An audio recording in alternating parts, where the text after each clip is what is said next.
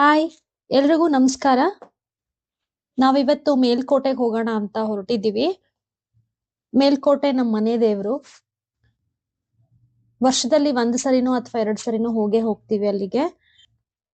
ನಾವು ಬೆಳಗ್ಗೆ 8:30 ಆಗಿತ್ತು ಮನೆ ಬಿಟ್ಟಾಗ. ನಮ್ಮ ಮನೆ ವಿದ್ಯಾರಣ್ಯಪುರದಲ್ಲಿ ಇರೋದ್ರಿಂದ ನಮ್ಗೆ ಹಾಸನ್ ರೂಟ್ ಹತ್ರ ಆಗುತ್ತೆ ಮೇಲ್ಕೋಟೆಗೆ ಹೋಗೋದಕ್ಕೆ. ಮೇಲ್ಕೋಟೆ ಇರೋದು ಮಂಡ್ಯ ಡಿಸ್ಟ್ರಿಕ್ಟ್ ಪಾಂಡವಪುರ ತಾಲೂಕಲ್ಲಿ. ಬಸ್ಸಲ್ಲಿ ಹೋಗೋದಿದ್ರೆ ಅಥವಾ ಮನೆ ಏನಾದ್ರೂ ಕೆಂಗೇರಿ ಕಡೆಗೆ ಅಥವಾ ಮೈಸೂರು ರೋಡ್ ಕಡೆಗೆ ಹತ್ರ ಇದ್ರೆ ಮೈಸೂರು ರೂಟ್ ಬೆಸ್ಟ್. ಮಂಡ್ಯದಲ್ಲಿ ಇಳ್ಕೊಂಡ್ರೆ ಅಲ್ಲಿಂದ ಬೇಕಾದಷ್ಟು ಬಸ್ಗಳಿದಾವೆ ಮೇಲ್ಕೋಟೆಗೆ. ನಾವ್ ಹಾಸನ್ ರೂಟಲ್ಲಿ ಹೋಗ್ತಾ ಇದೀವಿ. ಅರ್ಧ ಟ್ರಾವೆಲ್ ಮಾಡಾದ್ಮೇಲೆ ಆದಿಚುಂಚನಗಿರಿಗೆ ರೈಟ್ ಟರ್ನ್ ಬರುತ್ತೆ.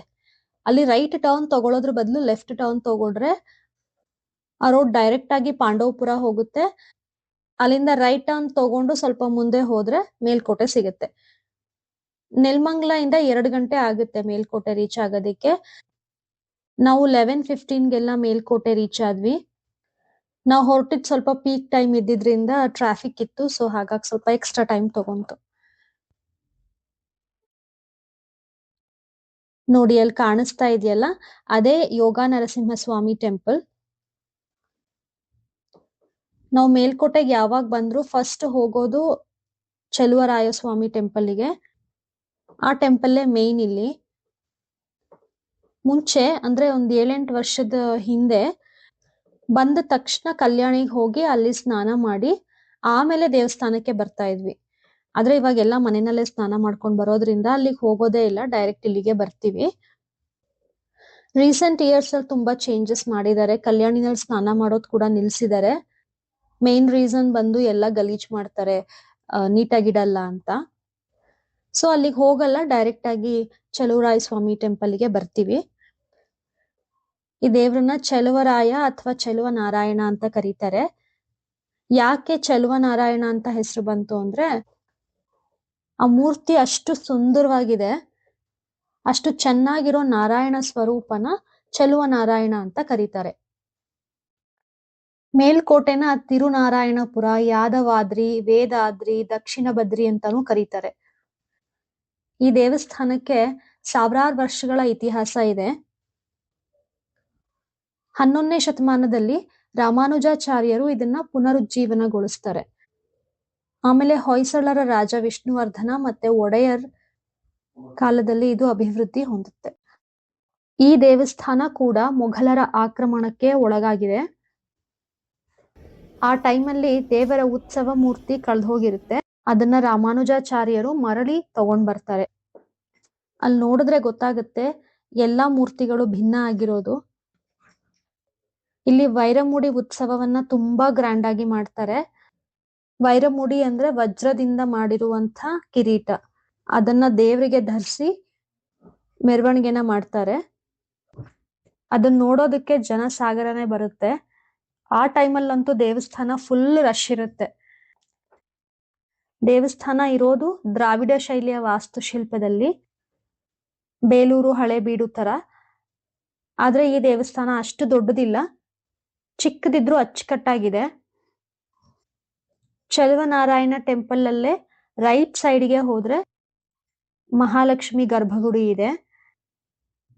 ಒಳಗಡೆ ಫೋಟೋಗ್ರಫಿ ಪ್ರಾಹಿಬಿಟೆಡ್, ಹಾಗಾಗಿ ದೇವ್ರದ್ದು ಯಾವುದೇ ಫೋಟೋ ತೆಗ್ದಿಲ್ಲ ನಾನು. ಯೋಚನೆಗೆ ವಾಪಸ್ ಬರೋಕ್ ಮನ್ಸೇ ಇಲ್ಲ. ಆ ಕಂಬಗಳ ಮಧ್ಯೆ ಆಟ ಆಡ್ಕೊಂಡು ನಿಂತ್ಬಿಟ್ಟಿದ್ಲು. ಇಲ್ಲಿಗೆ ಬಂದ್ರೆ ನಮಗೆ ಒಂಥರ ನೆಮ್ಮದಿ ಸಿಗುತ್ತೆ. ಒಳ್ಳೆಯದೆಲ್ಲಕ್ಕೂ ಇಲ್ಲಿಂದಾನೇ ಶುರು, ಕೆಟ್ಟದ್ದೆಲ್ಲಕ್ಕೂ ಇಲ್ಲೇ ಕೊನೆ. ಮನೆ ದೇವ್ರು ಅಂದ್ರೆ ಒಂಥರ ಫಸ್ಟ್ ಲೆವೆಲ್ ಆಫ್ ಡಿಫೆನ್ಸ್ ಇದ್ದ ಹಾಗೆ. ಏನೇ ಕಷ್ಟಗಳಿದ್ರು ಅವ್ನ್ ನೋಡ್ಕೋತಾನಪ್ಪ ಅನ್ನೋ ನಂಬಿಕೆ. ನಮ್ ಕಡೆ ಎಲ್ಲ ಮನೆ ದೇವ್ರನ್ನ ಮರ್ತು ಉಳ್ದವ್ರುಂಟಾ ಅಂತ ಹೇಳ್ತಾ ಇರ್ತಾರೆ. ಹಾಗಾಗಿ ನಾವಿಲ್ಲಿಗೆ ಎಷ್ಟು ಸರಿ ಬಂದಿದೀವೋ ಲೆಕ್ಕನೇ ಇಲ್ಲ.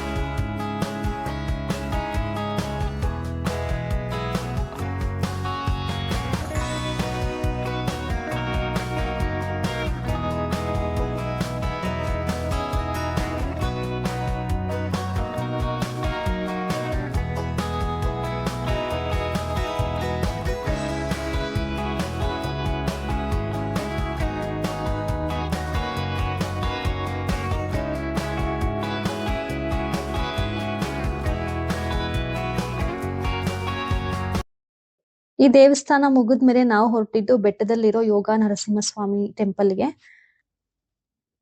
ಬೆಟ್ಟ ತುಂಬಾ ಎತ್ತರ ಏನಿಲ್ಲ, ಅಬ್ಬಬ್ಬಾ ಅಂದ್ರೆ ಒಂದ್ 400 ಮೆಟ್ಲಿದೆ ಅಷ್ಟೇ. ಅದ್ರಲ್ಲೂ ಆಲ್ಮೋಸ್ಟ್ ಅರ್ಧಕ್ಕೆ ಕಾರ್ ಹೋಗುತ್ತೆ. ಅಲ್ಲಿಂದ ಒಂದ್ 10 ನಿಮಿಷಕ್ಕೆಲ್ಲ ಬೆಟ್ಟ ಹತ್ತಿ ಹೋಗ್ಬಿಡ್ಬೋದು. ಅಲ್ಲಿ ಯೋಗ ನರಸಿಂಹಸ್ವಾಮಿ ದರ್ಶನಕ್ಕೆ ಹೋಗೋದ್ ಒಂದು ರೀಸನ್ ಆದ್ರೆ, ಇನ್ನೊಂದು ಅಲ್ಲಿಂದ ನೋಡೋಕ್ ಸಿಗೋ ಸೀನರಿಗೋಸ್ಕರ. ಮೇಲ್ಕೋಟೆ ಅಂತೂ ತುಂಬಾ ಅದ್ಭುತವಾಗಿ ಕಾಣಿಸುತ್ತೆ ಅಲ್ಲಿಂದ.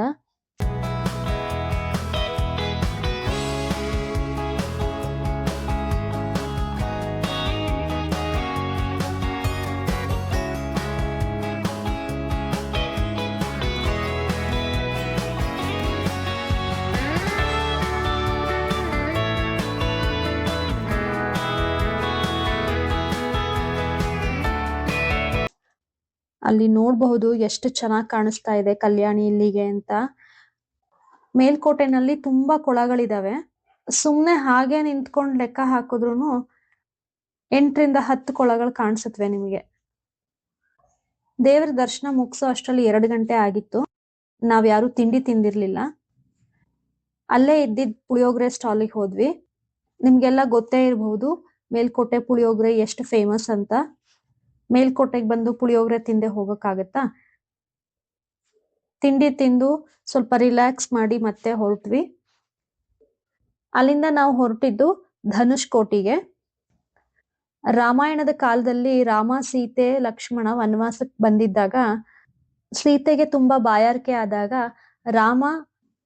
ರಾಮ ತನ್ನ ಧನಸ್ಸಿನಿಂದ ಬಾಣನ ಬಿಟ್ಟು ಆ ಬಂಡೆಯಿಂದ ನೀರನ್ನ ತರಿಸಿ ಅವಳ ದಾಹನ ಇಂಗಿಸ್ತಾನೆ. ಹಾಗಾಗಿ ಇದಕ್ಕೆ ಧನುಷ್ಕೋಟಿ ಅಂತ ಹೆಸರು. ಇಲ್ಲಿರೋ ನೀರು ಯಾವತ್ತೂ ಇಂಗಲ್ಲ. ಮಳೆ ಇರ್ಲಿ ಇಲ್ದೇ ಇರ್ಲಿ, ವರ್ಷದ 365 ದಿನಾನೂ ನೀರಿದ್ದೇ ಇರುತ್ತೆ. ಮುಂಚೆ ಇಲ್ಲೆಲ್ಲ ಬರೋದಕ್ಕೆ ಸ್ವಲ್ಪ ಕಷ್ಟ ಇತ್ತು, ಆದ್ರೆ ಇವಾಗ ಎಲ್ಲದನ್ನು ಇಂಪ್ರೂವ್ ಮಾಡ್ಬಿಟ್ಟಿದ್ದಾರೆ. ಮೇಲ್ಕೋಟೆನಲ್ಲಿ ಜನರಲಿ ಬಿಸಿಲು ಜಾಸ್ತಿ ಇರುತ್ತೆ ಬೇರೆ ಕಡೆ ಕಂಪೇರ್ ಮಾಡಿದ್ರೆ. ಬಿಸಿಲಲ್ಲಿ ಸುಸ್ತಾಗಿದ್ದಾಗ ಈ ಕಡೆ ಬಂದ್ರೆ ತುಂಬಾ ಚೆನ್ನಾಗಿ ಗಾಳಿ ಬರ್ತಾ ಇರುತ್ತೆ. ಯಾಕಂದ್ರೆ ಇದೆಲ್ಲ ರಿಸರ್ವ್ಡ್ ಫಾರೆಸ್ಟ್ ಏರಿಯಾ ಮಾಡಿದ್ದಾರೆ. ತುಂಬಾ ಮರಗಳಿರೋದ್ರಿಂದ ಫ್ರೆಶ್ ಏರ್ ಸಿಗುತ್ತೆ, ರಿಲ್ಯಾಕ್ಸ್ ಅನ್ಸುತ್ತೆ.